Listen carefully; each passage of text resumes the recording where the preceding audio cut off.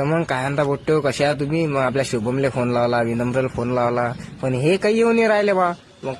मग काय जरा बऱ्याच सूर्य उगवला बा. मग पाहा काय हात दाखवते तेव्हा, बापरे हे काय डॅशिंग एंट्री आहे. पाहिजा बरं भाऊ इकडे जरा उभ्या आता. मग काय चंद्र उगेला बा. चंद्रा सत्कार होते आता. थांबा द्या शुभम भाऊ सत्कार करा. हा द्यायचा लवकर. चला धन्यवाद.